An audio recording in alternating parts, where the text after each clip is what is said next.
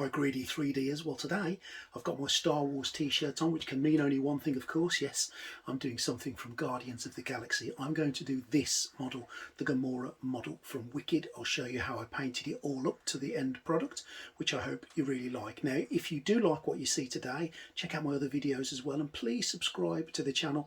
Every subscriber helps. We're getting close to 800 and soon we'll be at that magic 1000 figure. So thank you for your support so far. Stay tuned for the making of Gamora.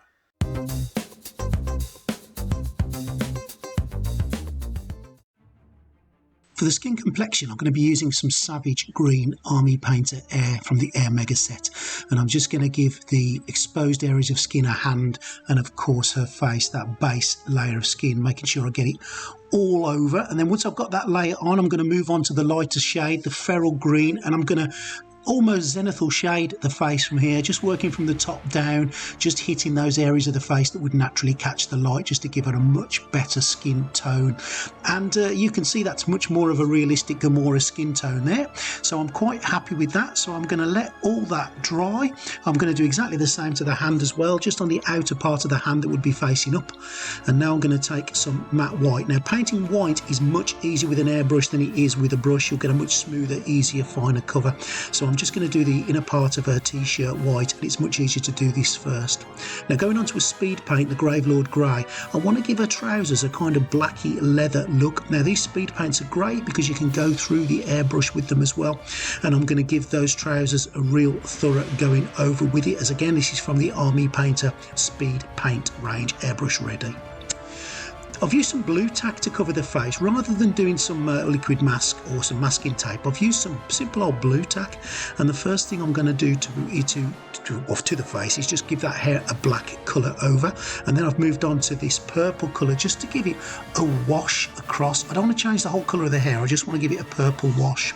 Now, Pixie Pink is what I used for the ends of her hair, but I quickly realised that that just isn't going to cut it. So I took some Fairy Pink and I mixed it with that Blood Mother Purple, and that's the better colour that I got, and I found that was much more closer, realistic colour. So I swapped it out and I gave it a coat of that. So it's always worth, you know, you make mistakes, you do something you're not happy with, just change it. It's really easy to do so. So the bottom part of the hair has been given a coat of this new mix that I've done, and take off the blue tack now, easy as that, pop, and the face has been well protected, and there's the colour on the hair. I'm going to do a bit of touching up, of course, but there's the base laying of it. Now, for the eyes, I've just used my normal white with a hint of blue to paint the whites of her eyes in. And I've took my time with that bit with a really narrow brush, and try not to get it all over the green that I've worked so hard on for her face. And I'm just painting the whites of her eyes in. There we go, there's the whites all done and dusted. And once I've done that, I'm going to move across to this Treant Green, which is from the Dungeons and Dragons section of the Army Painter paints, and I'm just going to give it a base coat over her lips. I just want her lips to look a little bit of a different colour, and I had this green line around and I thought this will do absolutely marvellously. So I've just painted the lips with that just to shade them up a bit, and it's a bit lighter than the skin colour, but that's exactly what I wanted really. I've took a little bit of purple that I've mixed up, just a very, very light shade of a burgundy, and I'm just going to bring it through her lips just to give her lips some colour. So a burgundy sort of purpley colour just to bring it through the lips. Now, for the bottom of her eyes and for the top of her eyes, I've took some black on a fine brush, and I'm just going to eyeline the eyes. I'm going to border them with black all the way across. A really narrow line, just keeping it between the green eyelid and the white of the eye. Now, you know, if you go over any little bit here, it's not too hard to just go back to your base colour and repair it. And it is only a small print, so be as careful as you can, but it is important to frame the eyes. And there we go. So there's had some black around them.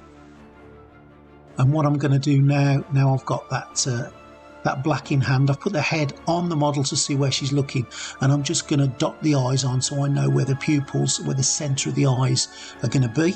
So she's looking slightly to her left, which is what I want. And then with the head back off, just taking that black, I'm going to draw her irises in, just making them a little bit bigger each time, trying to make sure they look exactly the same and keeping them looking in the same direction. A little bit of trial and a little bit of error here, and just take your time with it really, and magnification glasses, and away you go. And there we go. So the eyes are now in, or the biggest part of the eye is now in. I'm going to use a pink here, a very, very light pink, just to go between the black of the lower eye and the actual white of the eye, and that just adds that natural look to her eyes. You can see the difference already, really. Again, if you make it too thick or you get it wrong, just go back to the shades you've already got on your wet palette and just put it right. Relatively easy to do, but it's important you put that pink in the bottom. And there we go. So there's the eye framed with a little bit of pink between the white and the lower black.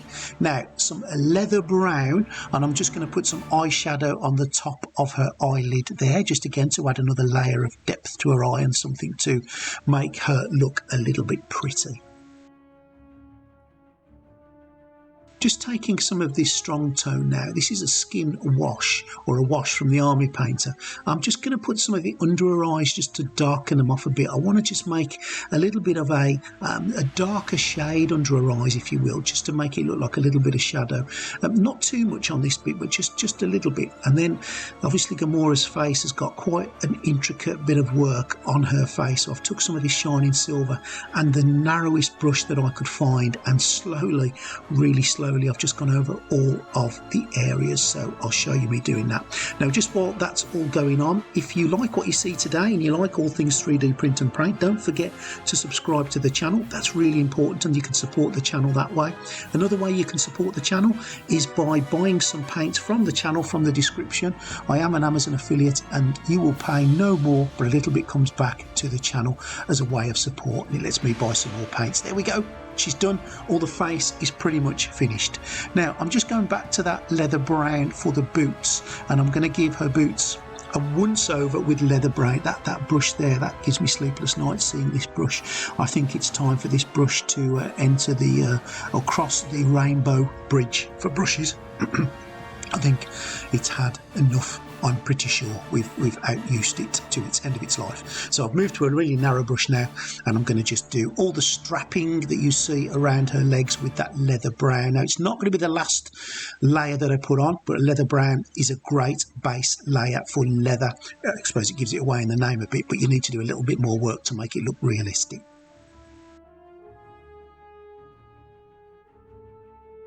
Now, once you're happy that you've got all the leather brown in the leather places, move on to some of this grey primer. And now what I'm going to do is just do her jacket.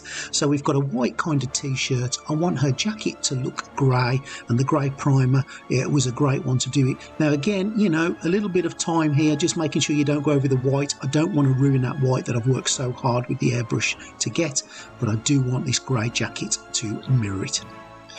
So moving on to some bugbear brown, and I just wanted a little bit of a different shade to the leather brown for the jacket. So I'm giving the jacket a base layer of bugbear brown, and then I'm going to work a little bit of magic to leather it up.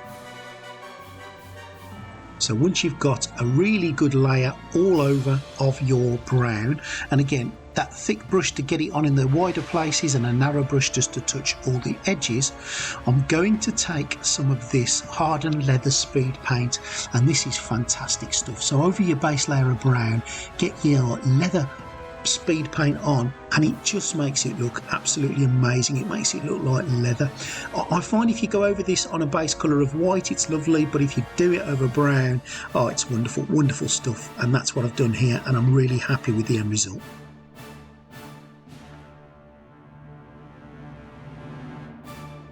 So as I say, you can use speed paints for your airbrush, or they're designed to be used with your brush. Once it's all on, there we go, that's what it looks like, and I think you'll agree that does look really leather-like. Now I've just picked up some of this strong tone, and what I'm going to do is go over that leather brown on the boots. If you've used the strong tones before, you'll know how wonderful they are. Just plodge it on there really, really thickly. Get it to the nooks and the crannies, and just use a damp sponge to get the majority of it off the outer layers, so it will settle into the inner layers of the boots and just add a little bit of wear and tear. These washes are absolutely fantastic for aging things up, and I'm going to do exactly the same with the other boot. as you can see, it's like watery, and it's really sort of loose, and you can move it around really easy. And then just take it off with your sponge, and it does the job marvellously. So that's another layer on the boots, adding to the authenticity of the aged leather look of Gamora. Now, I'm not just limiting it to the boots, I'm doing it with all the leather strapping. I'm going to apply this all across, and I'm going to wipe off the excess with the sponge, and just allow all that dark, wonderful wash to sit in the deeper edges of the leather. Now, skeleton bone, one of my favourite colours here, using a dry brush. So you put your skeleton bone on and you get most of it off. I'm just going to dry brush across the boots. So this is yet another layer on the boots. So the base layer, a wash, and now using the skeleton bone to highlight some of the scuffed areas and the outer areas of the boots, again to give them that well-worn look, and exactly the same mirroring what I've done onto all the leather straps there. Just ages things up and makes them look a little bit more realistic, and it's quite simple to do.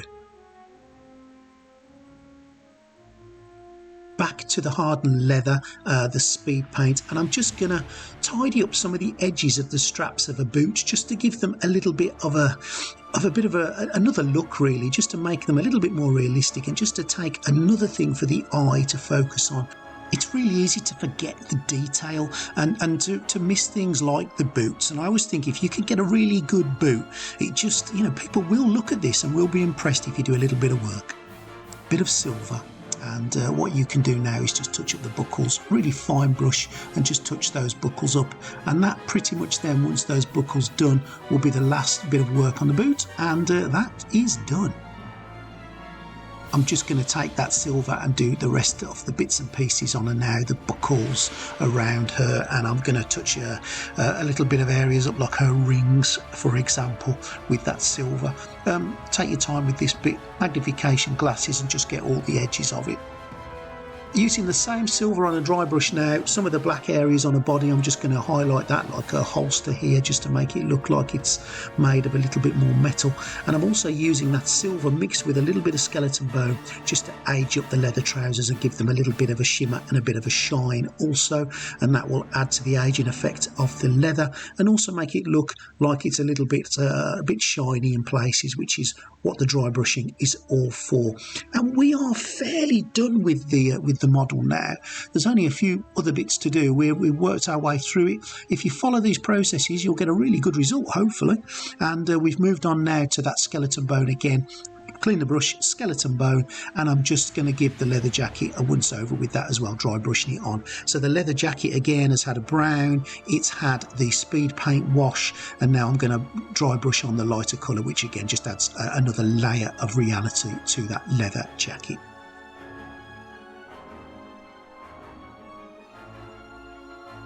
And of course the same to the rest of it. Using some black on a dry brush, I'm just going to darken her hair at the roots a little bit, just to give them a little bit more of a perception of shadow and a perception of depth. Not doing too much with the black. Before moving on to the base. Now the base I printed on my PLA Ender 5, and there we go, it come out really well. And for the base layer of the base itself, I'm going to use some of this stuff, some Regiment Grey from the Army Painter Air set, giving it a real base layer, and once that's on, lightening up the grey just a little bit to the Caded Grey, and it's going to have its highlights done. And that's Gamora done. I hope you've enjoyed the process, and I really do hope you enjoy the end result.